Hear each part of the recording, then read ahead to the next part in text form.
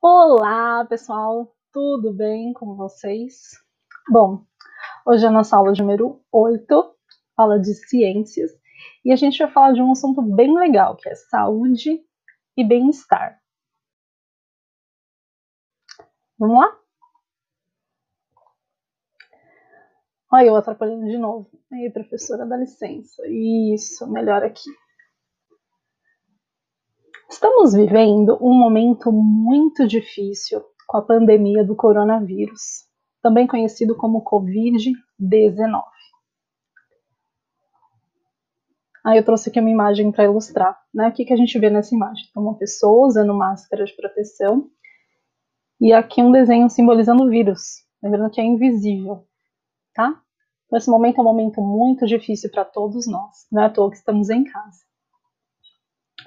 Para começar, eu quero que vocês assistam, né? Vou pedir para vocês, por favor, assistirem um vídeo de um biólogo e pesquisador chamado Átila Yamarino, tá?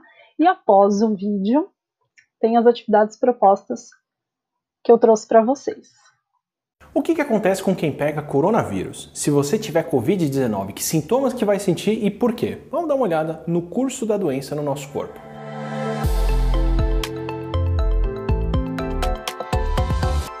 Imagina que você saiu de casa e se descuidou. Encostou lá em uma superfície que foi contaminada por alguém com Covid, que tossiu e depois você passou a mão no seu olho. Ou você dividiu espaço fechado com alguém contaminado, não tinha circulação de ar e você inspirou gotículas de saliva com o coronavírus.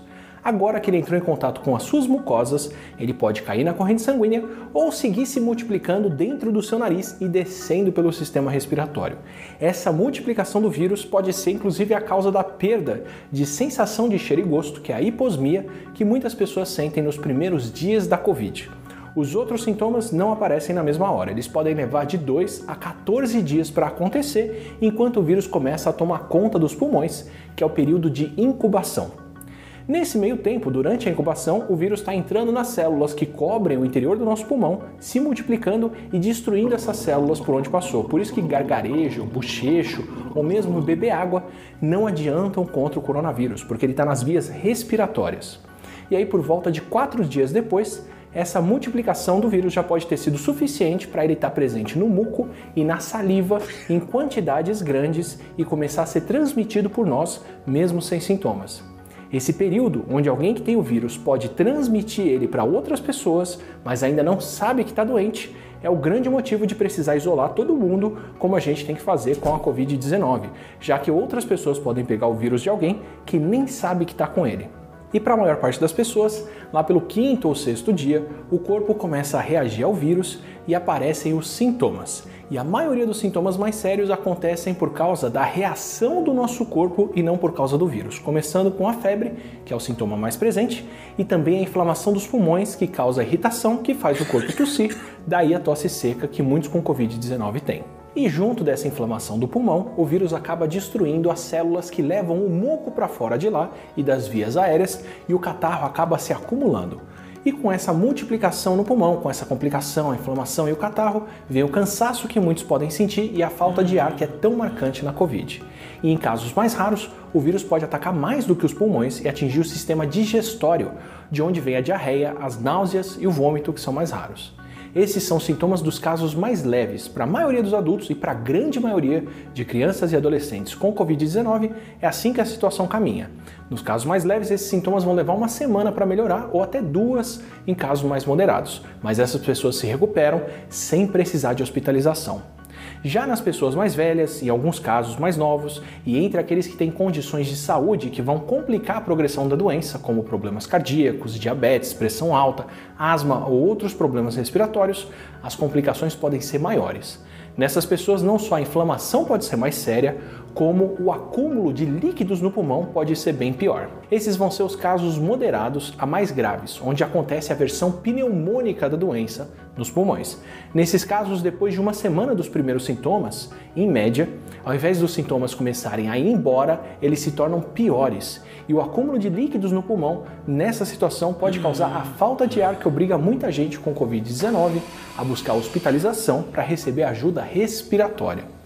Nos casos mais severos e críticos, a doença evolui rápido e o paciente já pode precisar ir para um hospital quando os sintomas começam. E muitos desses pacientes vão desenvolver a síndrome do desconforto respiratório agudo, que é tão característica da Covid. Entre a destruição e a inflamação do pulmão, o líquido que em outras partes do corpo ia deixá-las inchadas, no pulmão vai ocupar o espaço que deveria estar cheio de ar para dar oxigênio para o nosso sangue e para levar embora o gás carbônico. Isso vai causar uma insuficiência respiratória grave que pode ser fatal. Nos casos críticos também pode acontecer o choque séptico, que é quando a infecção começa a causar a falência de outros sistemas, além do sistema respiratório, como o sistema circulatório, que pode perder o controle da pressão sanguínea. E entre os menores de 18 anos, esse tipo de complicação é bem rara, pelo menos mais rara do que entre adultos. Os pacientes que chegam nesse estágio grave da doença podem levar de 3 a 6 semanas para se recuperarem, principalmente entre os mais velhos. E no pior do cenário, que acontece só com uma parte de quem contrai o coronavírus, a morte pode acontecer entre 14 e 19 dias dos primeiros sintomas. Essa situação extrema acontece com a minoria de quem contrai a Covid, mas nem por isso a doença é menos séria. Ainda são pelo menos 20 vezes mais mortes proporcionalmente do que a gripe comum. E independente das mortes, como muita gente precisa de atendimento hospitalar por causa dessas complicações mais sérias, todo o sistema de saúde de uma região com um surto é rapidamente ocupado. Por isso, mesmo se você não for de um grupo de risco, fique em casa.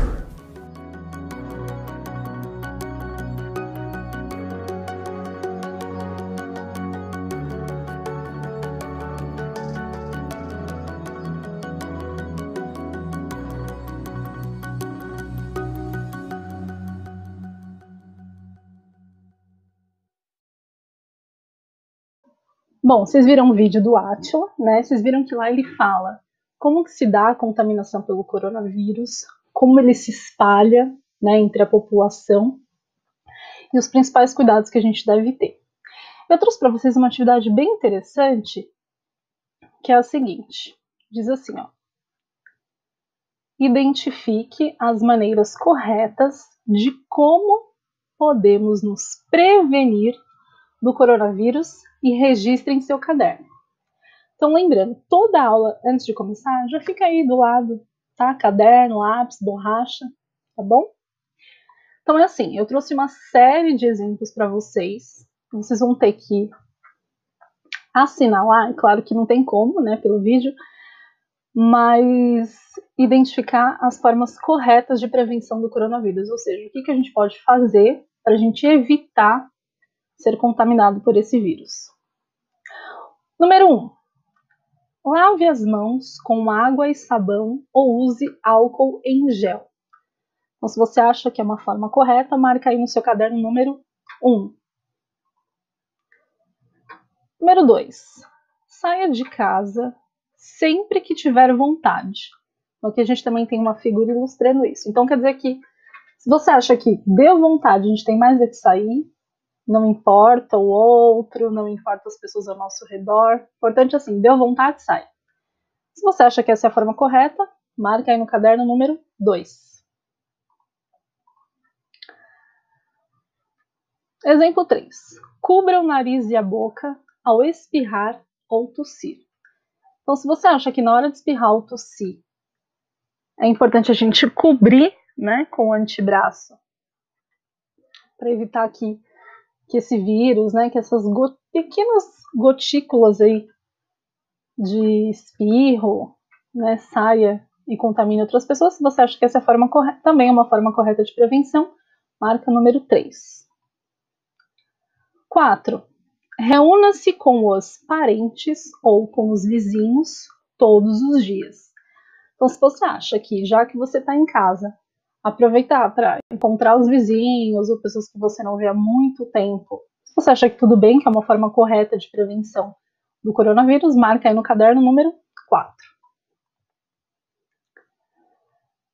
5. Evite aglomerações se estiver doente. Ou seja, mesmo que não seja coronavírus, ou mesmo que você não saiba, se você está doente, gripado, resfriado, não está se sentindo muito bem, evite aglomerações, tá? Ou seja, lugares muito cheios, com muitas pessoas. 6. mantenha os ambientes bem ventilados. Então, se você acha que também é uma forma de prevenção contra o coronavírus, manter a janela aberta, deixar sempre o ambiente circulando um ar, né? Lembra que a professora Marina gosta de dar aula com a porta aberta, a janela aberta, para a gente não ficar todo mundo ali naquele abafado. Você acha que é uma forma de prevenção? Marca número 6. 7. Aproveite a quarentena e vá andar pelo seu bairro sem necessidade. Então, se você acha que não tem aula mesmo, eu vou sair por aí, eu vou dar uma volta pelo bairro, eu vou lá na casa do vizinho, eu vou ver o que está acontecendo pelos meus arredores aí. Se você acha que tudo bem, que é uma forma correta de prevenção, número 7. E número 8, por último aqui, não empreste e nem dê para alguém seus objetos pessoais. Eu trouxe como exemplo aqui os talheres, né? Batom para mulherada aí. E aqui no caso do senhor que está bebendo água, o copo, né? Então, uma das formas de prevenção é evitar emprestar ou dar para alguém aquilo que é nosso, que é do nosso uso pessoal, tá? Justamente para evitar que outras pessoas tenham acesso não só ao coronavírus, como a outras bactérias. Se você acha também que é uma forma de prevenção, marca aí no seu caderno, número 8. Muito bem. E aí? Quantas que você acertou? Ficou com dúvida? Volta o vídeo um pouquinho e dá uma olhada. Quero saber quantas você acertou. E agora?